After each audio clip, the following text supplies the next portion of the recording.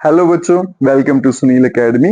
और आज हम करने वाले हैं बेटा अर्थमेटिक प्रोग्रेशन के 3 लेटेस्ट क्वेश्चन जो आपको 2025 बोर्ड एग्जाम में पूछे जा सकते हैं।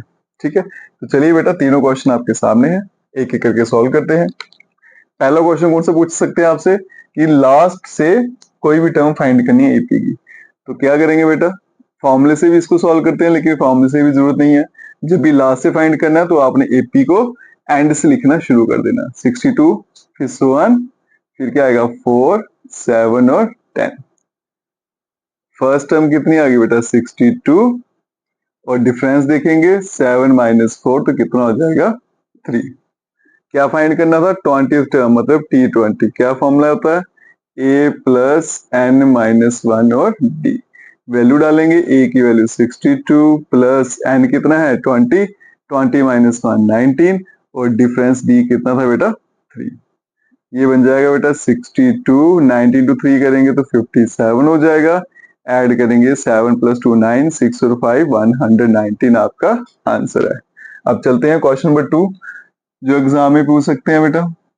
फर्स्ट नेगेटिव टर्म, इस एपी की पहली नेगेटिव टर्म ढूंढनी है आपको। तो यहाँ देखो बेटा a is the first term 121 और डिफरेंस अगर देखेंगे 117 माइनस 121 आंसर आ जाएगा माइनस का 4। मान के लेते हैं कि tn जो है वो उसकी पहली be its first negative term. तो फिर tn का आंसर क्या रहने वाला है लेस देन 0। तो जब भी बेटा नेगेटिव टर्म फाइंड करनी है तो क्या करेंगे, उसको tn मान लेंगे। अब ये नेगेटिव टर्म है तो इसका क्या मतलब हो गया कि tn का आंसर क्या आने वाला है लेस देन 0 नेगेटिव। अब tn का formula a plus N minus 1d less than 0। a आ गया 121 प्लस n मुझे पता नहीं है और d का आंसर जो है वो बेटा कितना है -4 लेस देन 0। यहीं पे सॉल्व कर लेंगे इसको, -4 को n से करूंगा -4n और ये +4 less than 0। 121 plus 4 125 -4n less than 0। ठीक है, अब इसको बेटा यहाँ भेज देता हूँ मैं, तो माइनस में आ जाएगा प्लस हो जाएगा। तो 125 लेस देन 4n, 4 यहाँ जाएगा तो डिवाइड हो जाएगा 125 अपॉन 4 लेस देन n। 4 से डिवाइड करते हैं तो बेटा ये 4 3 12, 4 1 4 पॉइंट 10 बन जाएगा, 4 2 8 तो 31.2 समथिंग आएगा। तो इसका मतलब n की वैल्यू जो रहेगी आपकी 31.2 से बड़ी, और 31.2 से बड़ा नंबर क्या होता है 32। तो इसका मतलब n का आंसर क्या आ गया 32। तो इसका क्या मतलब है बेटा, यहाँ पे n की वैल्यू डालेंगे कि जो 32nd टर्म है वो आपकी फर्स्ट नेगेटिव टर्म है और क्वेश्चन में यही हमसे पूछा गया था।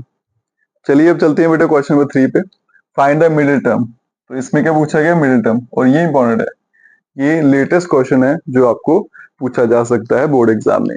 तो मिडिल टर्म पूछी गई है बेटा इसकी, तो एपी आपको दे रखी है, ए लिख लीजिए यहाँ से कितना है बेटा 7, डिफरेंस 13 माइनस 7 6 और लास्ट टर्म कितना है 241। तो जब भी आपको बेटा मिडिल टर्म निकालनी है तो लास्ट टर्म आपको दे रखी होगी, वहां से सबसे पहले नंबर ऑफ टर्म्स को फाइंड करेंगे। तो बेटा एल जो है वो कितना है आपका 241 और एल और टी एन का फॉर्मूला सेम रहता है, तो A plus N minus 1d equals to 241। A का आंसर कितना था 7 प्लस एन ये हमें पता नहीं है निकालना है, डी मेरा बेटा 6 है और यहाँ आ गया 241। तो 7 को यहाँ भेज देता हूँ तो बन जाएगा n माइनस 1, यहाँ पे बेटा 6 इक्वल्स टू 241 माइनस 7 कर देंगे तो 234। फिर n माइनस 1 और यहाँ पे 234, ये 6 को वहां भेज दूं अगर तो बेटा डिवाइड हो जाएगा। तो 6 3 18, कैरी कितना 54 बन गया, 9 से कैंसिल तो n माइनस 1 बन जाएगा 39 और n का आंसर जो है वो आ जाएगा 40। तो इसका मतलब इसकी नंबर ऑफ टर्म जो है बेटा वो कितनी है 40।